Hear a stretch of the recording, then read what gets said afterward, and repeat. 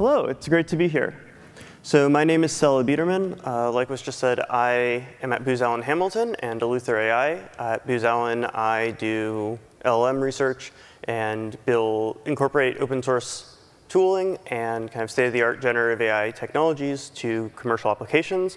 And at EleutherAI, I build open source language models and at EleutherAI, I build those open source language models. So I'm here to talk about interoperability in the generative AI ecosystem. I say generative AI, though I'll mostly be talking about large language models because that's mostly what I work on. But first, why interoperability specifically? And really the thing I've learned building open source tools for the past 3 years is that you can build the best tool in the world, but if it's not easy to integrate into existing workflows, it simply won't get used. And I've experienced this very personally. I've had periods in time where I felt like I had built the best tool in the world for a particular thing, and nobody was using it because I didn't make it easy enough for them to use. So in this talk, I want to give a bit of an overview of the generative AI ecosystem in the open source space. There's a lot of people who are relatively new to the field, and I'd love to give you guys a sense of what exists and how things have really come together in the past couple of years. I'm going to impart some lessons I've learned, building with interoperability as a focal point in kind of how I think about designing libraries and frameworks. And then I want to talk a little bit about how you can go home and get involved in this space tomorrow if you want to. So broadly speaking, there are 5 stages in the development of a large language model. You have to make a data set. You need to train a model. For most commercial applications, you need to fine-tune the model. And then you need to worry about evaluation and deployment. And in the open source space, mostly powered by PyTorch, we have really high-quality solutions for all of these things nowadays. These are made from a variety of different organizations. Hugging Face, EleutherAI, Google, and many more have kind of come together to build this at this point, very cohesive ecosystem. So frankly, the most important part of the ecosystem right now is the Hugging Face hub. This is where people put their models. It is where your users are going, or your data scientists are going to try to get their models from. Really, the first lesson that I've learned building in the open source ecosystem is simply you need to put your models on the Hugging Face hub. I have had models that we've released, and people didn't even realize they existed until we put them up there. And it's become a crucial tool for adaptation. And it's really driven by interoperability at the end of the day, because this is what a lot of people have the most experience with. The way that they implement their models is relatively hackable, relatively easy to use. And so when people have evaluation or deployment pipelines built around Hugging Face's libraries, it's a real big barrier of entry to get them to use anything else. And you see a lot more use when you actually put your models where people want to take them from. They also have a great repository of data sets, especially for fine-tuning, that I just wanted to plug briefly. Training libraries is another really important piece of the ecosystem, and is a really tricky one because it's very important, but what is actually important matters differently to different people. If you're training a very large language model at scale, the difference between something that's decent and something that's state-of-the-art is like 25% of your total budget. It's a lot of money. But different libraries are better or worse in different contexts, and it's important to kind of think about and evaluate them in those contexts. So I've built libraries like GTP NeoX, which are kind of designed for people who have hundreds of nodes, maybe 1,000 GPUs, and are trying to train very large models. You have libraries like Accelerate or Megatron LM, which are better use and easier to use at smaller scales. And another very important piece of this part of the ecosystem is that pre-training and fine-tuning, although mathematically kind of the same thing, are very, very different implementation-wise. The libraries you use for fine-tuning and pre-training are simply different libraries. You use things like TRLX from Stability AI or parameter-efficient fine-tuning from Hugging Face. So really, the big thing that I learned building our GTP NeoX training library is that interoperability goes well beyond simply library-to-library interconnection. When you're talking about generative AI, when you're talking about training large language models on high-performance computing clusters, there is hardware layers, there are software layers, and there are kind of layers in between the ultimate training library and the hardware itself. We've worked with hardware manufacturers. We've worked with people who own supercomputers. I'm very proud of the fact that our library runs on AWS, on CoreWeave, on US government, and Lumi is an EU supercomputer, and several others. And it's been a huge amount of work to get to that point, but it's made deployment and adoption so much easier.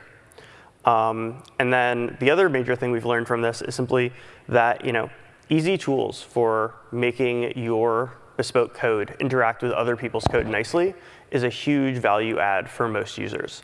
So we have one-line scripts. We save our models in a custom format, but we have a one-line script that lets you export it to a format that's consistent with the Hugging Face library, as well as to load models from that. And you can really see if I go back a slide, there's a point of inflection in the star history for the use of this library. And introducing those tools is where that point of inflection came from. Another major area where a lot of tooling work has been done and frankly still needs to be done is in evaluation. Kind of my perspective on evaluation is that evaluation is the ultimate interoperability challenge. It's a orchestration problem. You have a very large number of benchmarks that you may or may not be interested in, depending on your context, depending on what you personally care about. And you have a very large number of models. Some of them are cloud APIs from OpenAI, from DeepMind. Some of them are local models that you've trained. Some of them are deployed, things you can download off the Hugging Face hub. And putting all of that together and actually having a framework in which you can train a model, you can evaluate a model from all of these different locations across all these different benchmarks is a very big interoperability challenge. And it's something we've really put centrally on our evaluation library that kind of makes it unique from other things that people have built.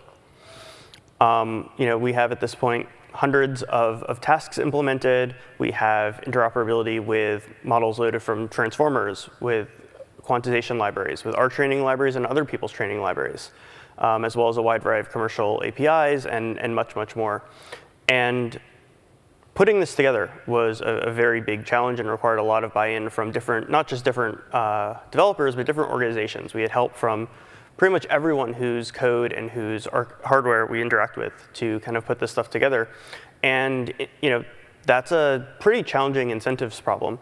And one of the things that we've learned as a really wonderful way to kind of motivate this is people care a lot about credit. If you tell people publicly that you like what they're doing a lot, even better if you invite them to be listed as authors alongside you. You get a lot of willingness to work together. So one of the things that we've been doing with this library is everyone who contributes a notable feature, like a new language model API, a new framework, a new class of evaluation tasks, a new kind of evaluation feature, gets invited to be an author of the library if they want to. And this is something we've received a huge amount of really positive feedback from the community at large about, especially from hobbyists and people who don't have very many published papers to their name, who are really excited about that kind of particular recognition. So kind of to summarize that, the three big things I've learned building for interoperability is one, be interoperable with the Hugging Face ecosystem. It will just make people use your stuff more often. Two, building simple tools to convert from your custom stuff to what other people are using is really powerful. And when I say simple tools, I don't mean under the hood simple tools. I mean that it's simple for someone to actually just use. It doesn't matter how complex it is under the hood as long as you're hiding it effectively. And thirdly, credit matters. Give it early and often. Thank people for their contributions. Invite them to be authors of papers you write, of libraries you design.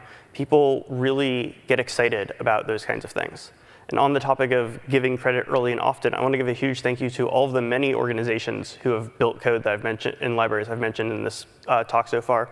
This is not building the open source ecosystem is not the work of one organization or even a small number of organizations. It's the work of all of these groups and many more whose stuff I didn't have time to talk about today. And it's really great to see so many different organizations coming together to build different pieces of pipelines, different pieces of tools, and really working together to make things as cohesive and collaborative as possible. So if you want to get involved in the generative AI ecosystem tomorrow, what should you do? Well, frankly, you can get involved with no AI background at all and learn as you go. There are a huge amount, especially in kind of from the ecosystem perspective, there's a huge amount of stuff that really requires much more software engineering expertise than it does AI background. And that's somewhere where a lot of the current leaders in the AI ecosystem could use the most help from people with stronger backgrounds in software engineering. And you can pick up the AI stuff as you go. As for where to find these communities, most of them are found on Discord. Discord is now the place to be for open source machine learning research, which is super cool. I have a QR code for the EleutherAI Discord. There are This is a half dozen organizations that have Discords for communicating with their open source communities, and there are many, many more. Another way you can get involved is to go look at open issues. People continuously need to be reminded of this, but you don't need an invitation. You don't need permission to fix a bug, to submit a PR, or to add a new feature.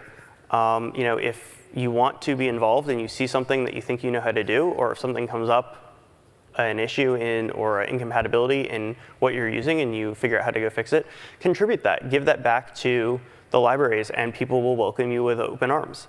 And another thing that is always underappreciated is that a lot of these projects are run on shoestring budgets. A small donation, frankly, goes a very long way for a lot of these groups, many of which are small nonprofits, early stage startups. Some of them are also very big companies. But a lot of these things are held together by the work of hobbyists, academics, and independent people. And really, any kind of support that you can provide, be it financial support, be it computing resources to test things, is immensely valuable. Thank you very much.